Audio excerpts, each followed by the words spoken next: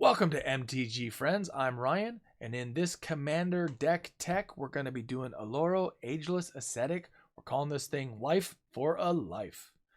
Now, before we get into the Commander itself, let's talk about the different packages we have in terms of the card synergies and the win conditions. So first and foremost, we have the Vampire build. We have the draw mechanics, the life gain section, the lands of course.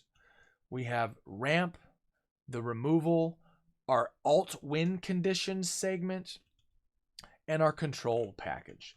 And then at the very end of the episode, we're going to go ahead and go through budget swaps and considerations, both for spells and for land. And as we all know, land can end up being one of the most expensive and swappable portions of every commander deck, and this one is no exception. All right, let's start off with Oloro, Ageless Ascetic.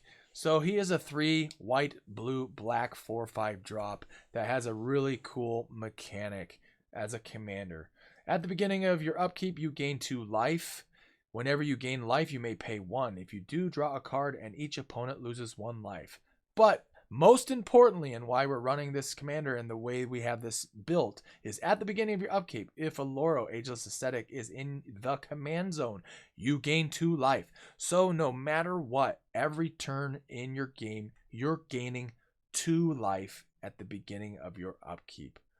Excellent. And we are going to lever that like madmen or women. All right, let's go ahead and start with our vampires package. And it starts off with a cool one, Anowon the Ruined Sage. He is a 4/3. At the beginning of your upkeep, each player sacrifices a non-vampire creature. Blade of the Bloodchief for 1 and equip for 1. Whenever a creature dies, put a +1/+1 counter on equipped creature. If equipped creature is a vampire, put 2 1/1 counters on it instead. Now I must note, in terms of running Oloro, in this build, there's a lot of synergies running with him, but you could swap out the vampire package for a different package if you wanted to. However, the build we have here runs really well with Oloro, especially with a few of the cards here. So that's why we're running vampires, because a lot of vampires have, wait for it, lifelink. All right, Bloodline Keeper for 4. Create a 2/2 black vampire creature token with flying. Transform Bloodline Keeper. Activate this ability only if you control 5 or more vampires. And you turn it into just an awesome other vampire that gives all your other vampires +2/+2. Who doesn't love that? Bloodline Necromancer for 5. Lifelink. Whenever Bloodline Necromancer enters the battlefield, you may return target vampire or wizard creature card from your graveyard to the battlefield. Hey, a reanimate spell? Yes, please. Bloodlord of Vaasgoth for 5/3/3 Bloodthirst 3. And if you're not familiar with what Bloodthirst is, if an opponent was dealt damage this turn, this creature enters the battlefield with 3 1/1 counters on it. And it's also a flyer. And then an added bonus, whenever you cast a vampire creature spell, it gains Bloodthirst 3. We are running enough vampires in this build that this is definitely going to be levered. Captivating Vampire for 3, 2/2. Other vampire creatures you control get +1/+1.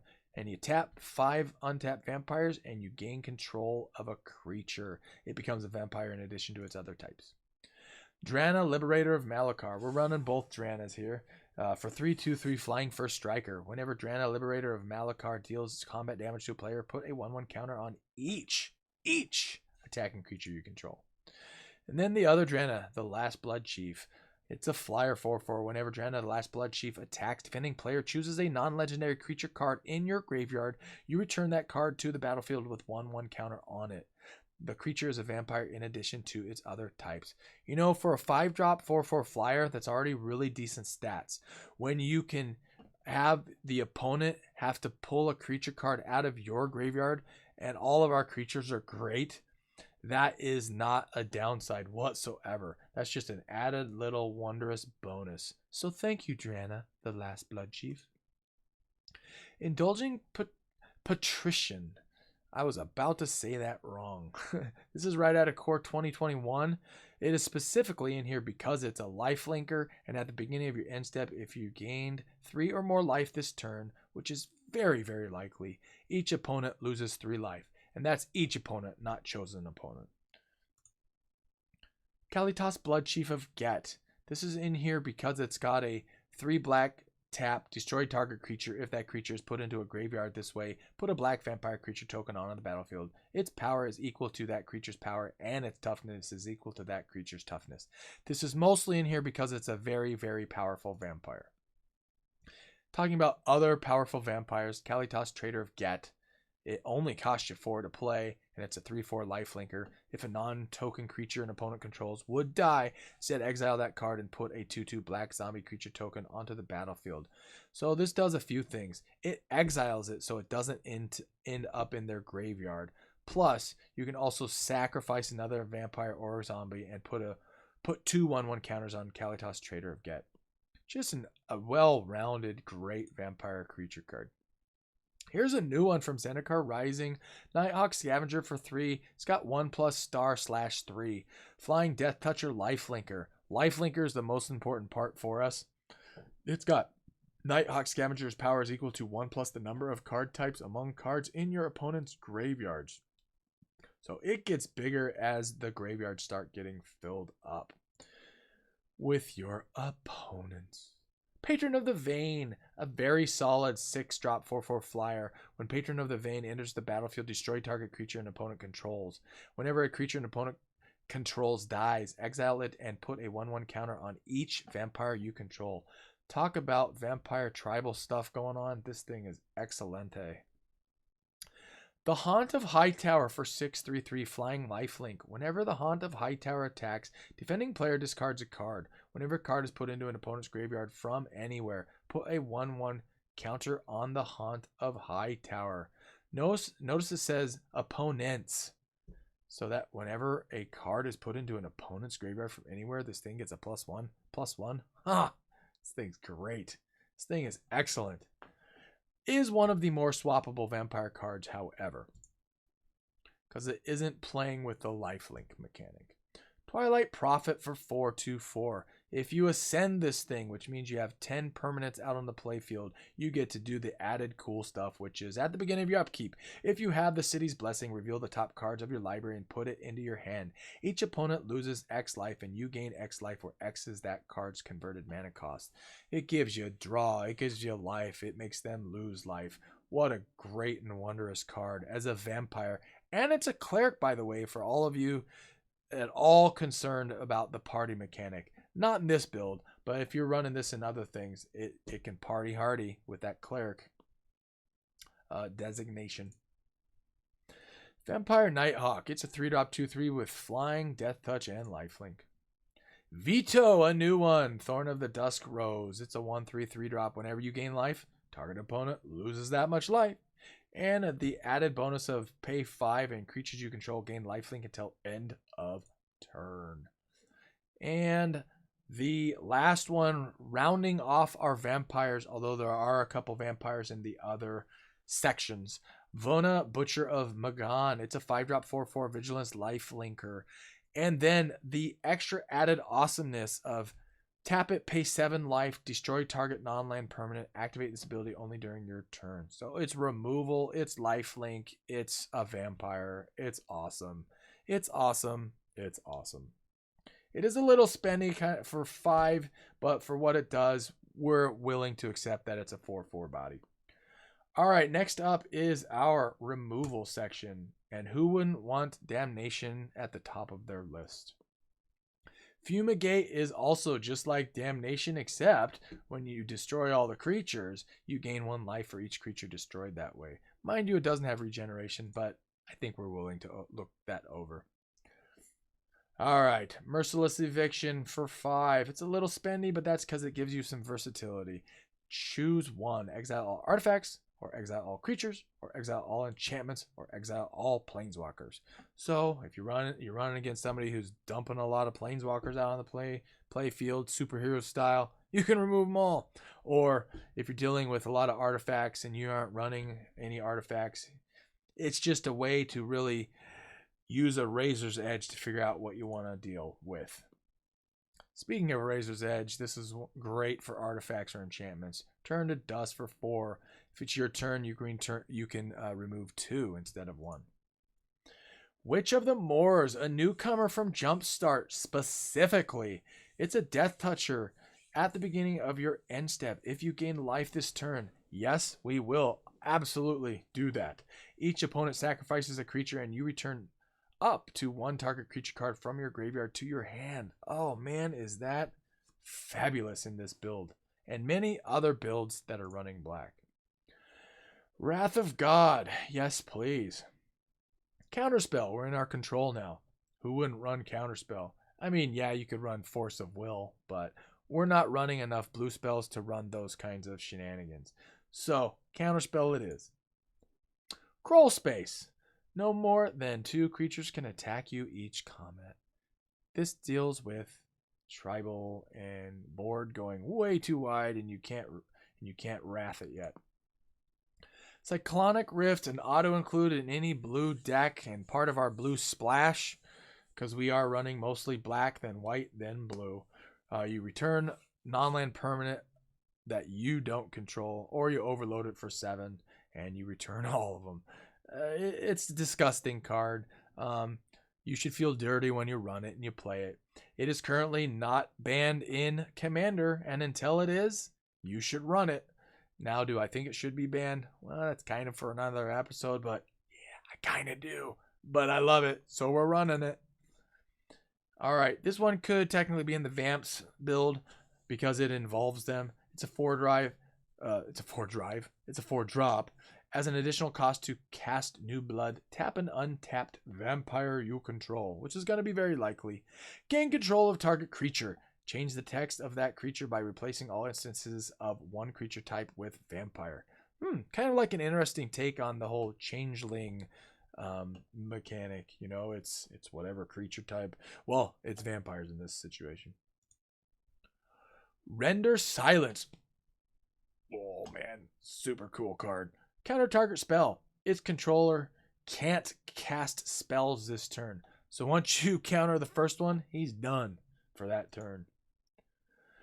And an auto include in any white deck. It is the heroic intervention of white.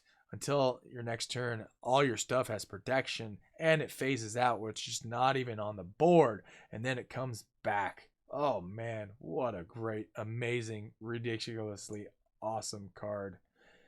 Yeah, it looks like it's been printed not very many times. All right, the Citadel. This is an auto include in any, did I say any life gain deck that has black in the pip. You may look at the top card of your library anytime. You may play the top card of your library. If you cast a spell this way, pay life equal to its converted mana cost rather than pay its mana cost. You are not going to be having an issue with spending life to do this. This is a fantastic card. This is an auto include. This is not replaceable. And then it's also got this sacrifice 10 non-land permanents. Each opponent loses 10 life. You're probably not going to be doing that part. All right, for more draw, we have Consecrated Sphinx. It's a 6-drop, 4/6, more of our blue splash. Whenever an opponent draws a card, you may draw 2 cards. Yes, please. Speaking of draw, this is at the top of the list. Oh my goodness, Demonic Tutor for 2. Search your library for 1 card and take it into your hand. There are alternatives to the tutors. Just play a cheaper tutor if you don't have the finances for that card. Drogskull Reaver. It's 5 white blue. It's a 3/5er. Flying double strike lifelink. Whenever you gain life, draw a card. Yes, indeed. Now, this is fantastic card. It is expensive, but it's fantastic. Because notice it says flying double strike lifelink. Whenever you gain life, draw a card. Well, if this is on the board and you gain life, you can draw a card. Excelente. All right, Enlightened Tutor. It's a tutor. It's for 1. It's a staple. Play Idyllic Tutor if it's too expensive budgetarily. Mystical Tutor. Same thing. A tutor, it's the best of the best. Yes. Search your library for an instant or sorcery card and reveal that card. Shuffle your library, then put the card on top of it. Necropotence. It is just an auto include in anybody running black that isn't worried about paying life. Skip your draw step. Whenever you discard a card, exile that card from your graveyard. Pay 1 life. Exile the top card of your library face down. Put that card into your hand at the beginning of your next end step. So, just in case you're not super familiar with this card, notice that it's pay 1 life. That means you don't have to just get 1 card. You can get, well, infinite cards. You could mill yourself out doing this. But, you know, let's say you wanted 10 cards because you want to replace whatever's in your hand because it's all garbage or it's not playable, or you're looking for something, some synergies or combo protection. Whatever it is, play this card. Now, not second best to this, but an alt if you don't have Necropotence and you just want something mainly for draw, you can also run Phyrexian Arena. It is not even in the same ballpark, but it is a solid card that you could run for draw. Sphinx's Revelation. X, white, blue, blue. You gain X life and draw X cards. Vampiric Tutor. Oh, awesome tutor. Play it if you got it. If you don't, swap it for another tutor. All right, now we're in the alt wins category. We've got a handful of them. A baker's dozen? 6? 7? Well, let's start with this one. This is a brand new one from Zendikar Rising. Angel of Destiny for 5/2/6. Notice it's a 6. It's a 6 toughness, which is interesting because that's out of reach of a lot of burn spells. I just thought I'd mention that. Flying Double Striker. Whenever a creature you control deals combat damage to a player, you and that player each gain that much life. At the beginning of your end step, if you have at least 15 more than your starting life total, each player Angel of Destiny attacked this turn loses the game. So, it is an alt win, but you got to keep in mind that you had to have attacked a player. But the likelihood that you're going to have 15 more life than you started with is ridiculously likely. Approach of the Second Sun. This isn't so much about the life gain aspect of it, just that it's a solid alt win that also gives you 7 life if it's the first time you have played it in the game. If this spell was cast from your hand and you've cast another spell named Approach of the Second Sun this game, you win the game. Otherwise, put Approach of the Seven. Let's try that again. Approach of the Second Sun. 7 drop. Yes, it's expensive, I know, but wait. Just wait for it.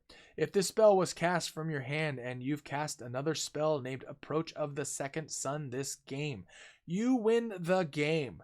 Otherwise, put Approach of the Second Sun into its owner's library 7th from the top, and you gain 7 life. So, if you manage to pull this off the first time, you're going to get 7 life, which we do have mana ramp, so that could happen much earlier than turn 7. And then you can tutor for it, or just wait a few turns and it's going to end up at the top of your deck. Just buyer beware that your opponents will know the same thing. So anybody running counter spells, they're going to be waiting for this. So just keep that in mind. All right, Celestial Convergence. We have a couple of support cards for this to make this trigger immediately. Let's explain. Celestial Convergence comes into play with 7 Omen counters on it. At the beginning of your upkeep, remove an Omen counter from Celestial Convergence. If there are no Omen counters on Celestial Convergence, the player with the highest life, that is most likely going to be you, wins the game.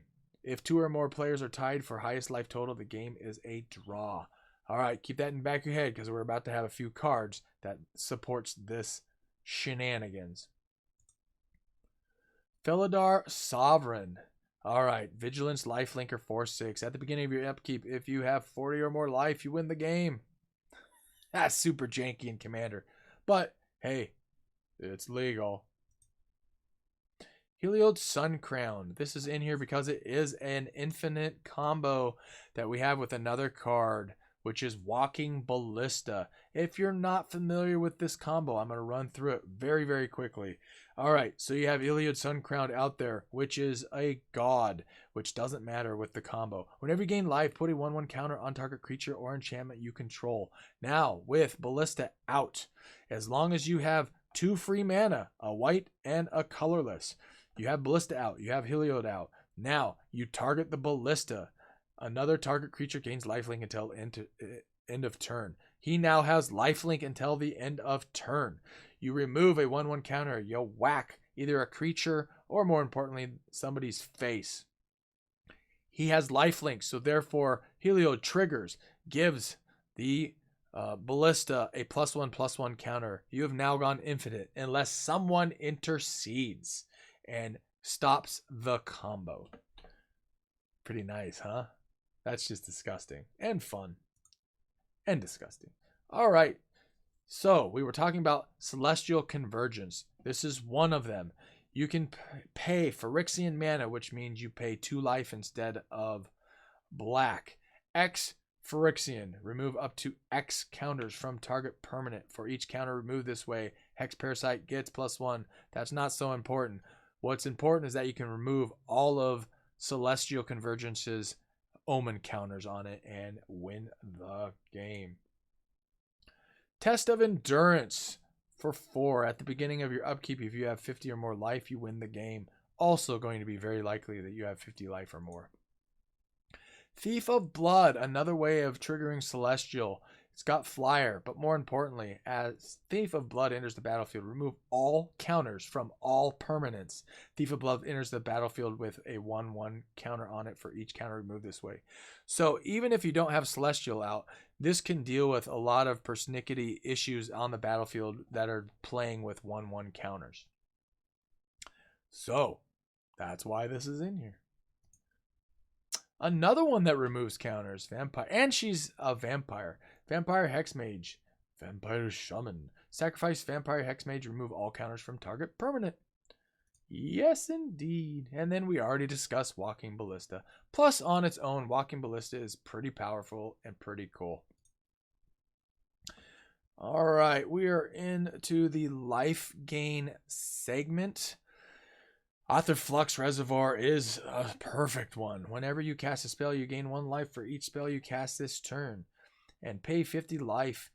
Aetherflux Reservoir deals 50 damage to target creature or player. So this could be technically an OTK for at least one or multiple opponents, because you're going to be having most likely a lot of life to be playing with. Authority of the Consuls. Creatures your opponent control enter the battlefield tapped. Whenever a creature enters the battlefield under an opponent's control, you gain 1 life. So life gain and the added bonus of all of their creatures come in tapped. That is super helpful for anybody playing red hasters, because they're going to come in tapped. All right, Blood Tribute. This synergizes wonderfully with vampires. Kicker, tap an untapped vampire you control. Target opponent loses half his or her life rounded up. And if it was kicked, you gain life equal to the life they lost. Yes, indeed. Crested Sunmare, he plays with the life gain. At the beginning of each end step, if you gained life this turn, create a 5/5 white horse creature token. So as long as he's on the board, you're going to be getting a 5/5 white horse creature token every single turn. And oh, did I mention that other horses you control have indestructible? Woo-wee. That is super duper. All right. Now, this one is in here because it is just fabulous. Keurig, Son of Yawgmoth, you could technically get out for 4 mana because you can pay 2, 4, 6 life to get it out on the battlefield. He's got lifelink. For each black in a cost, you may pay 2 life rather than pay that mana. Whenever you cast a black spell, put a 1/1 counter on Keurig, Son of Yawgmoth. So this is fitting in very nicely all around, because the most spells we have in this build are black. We have lots of lifelink to play with. And we have certain mechanics in black spells where you can definitely lever paying life instead of the black pip to get it to trigger. All right, more life gain stuff. Whenever you gain life, target opponent loses that much life. Why, yes, we would love to have that on the board as an enchantment. Speaker of the Heavens. This is brand new out of Core 21. It's got Vigilance, Lifelink, and tap it to create a 4/4 white angel creature token with flying. Activate this ability only if you have at least 7 life more than your starting life total, and only anytime you could cast a sorcery. All right, we're in the ramp section. Arcane Signet. You should play this in every commander deck you have. And then we're running all 3 signets. Chromatic Lantern. This just makes all of your land any color. The other signet. Mana Crypt. At the beginning of your upkeep, flip a coin. If you lose the flip, Mana Crypt deals 3 damage to you. It's a soul ring that costs you nothing. Just costs you life, which we're going to have plenty in supply. The last signet. Smothering Tide. This is becoming an auto-include in anybody running right. Smothering Tide. This is an enchantment that is an auto-include in almost any white deck nowadays because of the ramp ability it has. Whenever an opponent draws a card, that player may pay 2. If the player doesn't, you create a colorless treasure artifact token with sack it and add 1 mana of any color. Excellent. Excellent. A staple in white now. Soul Ring. Yes, of course, Soul Ring. All right, we're in our land section. We're going to try to go through this fairly rapidly. Again, at the end of this episode, we're going to run into alt land for budgetary reasons. So just know that many of these can be swapped out. Agadeem's Awakening is a new bolt land that, you can play a black mana source on the flip side of this for 3 life. Or the sorcery is returned from your graveyard to the battlefield any number of target creature cards that each have a different converted mana cost X or less. Just an amazing, amazing reanimation spell. This one is going to be an auto-include in most black decks. I just foresee that happening. Ancient Tomb. You tap it for 2 colors. Cost you 2 life. All right. One of the newcomers, Zendikar Rising. It's the dual land in your hand that you choose whether you're going to play white or black. We have the blue or black version as well. Command Tower. Of course, you're going to run Command Tower. Fabled Passage. If you have 4 or more lands, including itself, when it hits the field, the land you go fetch comes in untapped. An absolute staple in Standard, and this card's going to be around for a long time. Fetid Heath. This one is in here specifically because we are running mostly black and white with splash of blue. So therefore, we have this in here to do some mana fixing. You pay black or white, and you can add white, white, white, black, or black, black. This is super helpful for mana fixing. Flagstones of Trakir comes out. You can tap for white, or if it ends up in your graveyard, you can search your library for a Plains card. All right, one of the 3, I believe, fetch lands in here. Fetch it for a Plains or an island. Shockland for black-white. Shockland for blue-white. Islands, 5. Isolated Chapel. Comes in tapped unless you have a Plains or a Swamp duel. Alright. Fetch land for a Plains or a Swamp. 5 Plains. Alright. Fetch land for an island or a swamp. Scrubland. The original gangster dual land. Black-white. Yes, you can swap this out for another duel. Absolutely. But if you have it, run it. All right, Swamp 7. Urborg Tomb of Yawgmoth. Now, this is a great card. Each land is a swamp in addition to its other land types. Now, keep in mind, when this hits the battlefield, it targets itself. So it is also a swamp. Vault of the Archangel. This one is you can tap it, and creatures you control gain Death Touch and Lifelink until end of turn. Well, we're all about Lifelink, aren't we? All right, another shock land for blue-black. All right, folks. So that makes us come full circle. All right, before we hit the budget segment, again, this is all about playing with the life gain, when to use it, the alt win conditions, and if we're not ending up doing any of these multitudes of alt wins. We're just hitting them with very powerful vampire synergy. We've got draw, we've got ramp, we've got it all, folks. Now, this Oloro deck is super, super fun to play. You end up with lots of life that you can play with. Now, if you want to stick around for a budget, please do so. If not, thanks for taking a look at this. Please hit the subscribe. Please hit the like button. You can check out this deck. It's in the description, the link. And let's move on to the budget section. Let's start with the budget land section. All right, we got Arcane. You know what? We'll even pull it up. We'll pull it up, folks. Arcane Sanctum, it comes in tap, but you can tap it after that for all of the colors of the deck. Burnished Heart comes in at 3. It's a body, and then you can sack it for an additional 3 to go fetch 2 basic lands. Panorama, it's great. You can sack it and search your library for a plains, island, or swamp. Put it in tap. It does cost you 1. Evolving Wilds, just sack it. You go grab a basic land tapped. Exotic Orchard comes in and you can play any color of land that your opponent does as well. And it's a super cheap card. Mind Stone isn't land, of course, but it is definitely mana ramp and draw. All right, Obelisk of Esper. It's a 3-drop mana rock that you can tap for any of the 3 colors we need.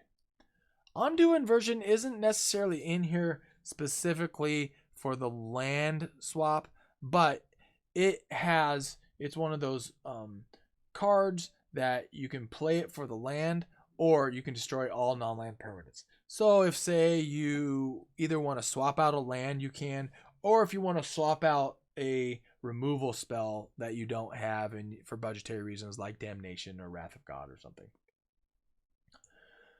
All right, Reliquary Tower. If for some reason you feel like you need to be able to have no maximum hand size, that's why that's in here. Solemn Simulacrum for 4/2/2. When it hits the battlefield, you get to go fetch a basic land, and when it leaves, you get to draw a card. It's a very great card to play for budgetary reasons. The Moraine, it's a more expensive. You got to pay 2 and tap it to sack it to go grab a basic land. It's okay. Then Terramorphic Expanse, you crack it and you go find a basic land and it comes in tapped. Yes. And any more budget lands?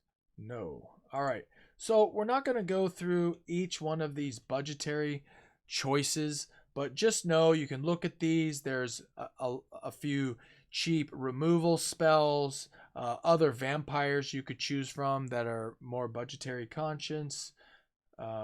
You have different removal as well, and just some fun stuff in here that isn't super expensive, and you can certainly swap out for other cards that you don't have or budget conscious reasons. All right, again, thanks for tuning in. This is Oloro, Ageless Ascetic, Life for Life. Thanks for tuning in. Please put some comments in the comments section. Hit the like button. Hit subscribe, please. And we hope to see you at the next Deck Tech or episode of your choosing. All right.